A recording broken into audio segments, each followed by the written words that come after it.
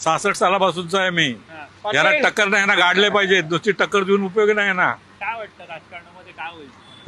लोक कंपनी आहेत हे सगळे जे आहेत ना महायुतीवाले, महाचोर महालबाड आहेत, लांडगे आहेत. आणि त्यांना कसली पडली आता आपल्याकडे शेतकरी इकडे मरतात आणि आपला चीफ मिनिस्टर तिकडे बिहारमध्ये तिकडे इलेक्शन प्रचार करतोय. हे शोभतं काय झाला ते? फॉरेनमध्ये जर असं झालं असतं तर तो प्रेसिडेंट फॉरेन टूर कॅन्सल करून ते आपापल्या देशात जातात आणि काय झालं असतील तर जातात. आपल्या इकडे शेतकरी मरतोय दुष्काळात आणि आपला चीफ मिनिस्टर तिकडे बिहारमध्ये प्रचार करतोय.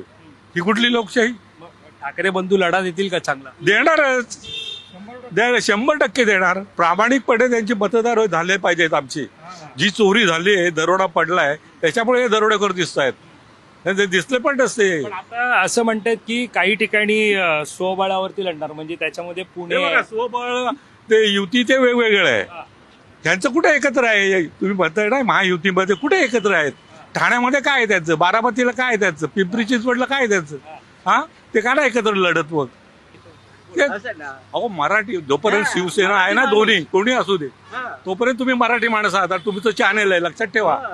कळलं की नाही? तुम्हाला पण विकून टाकतील ते उद्या आणि घरी सांगतील आमच्या घरी या कामाला माणसं नाहीयेत.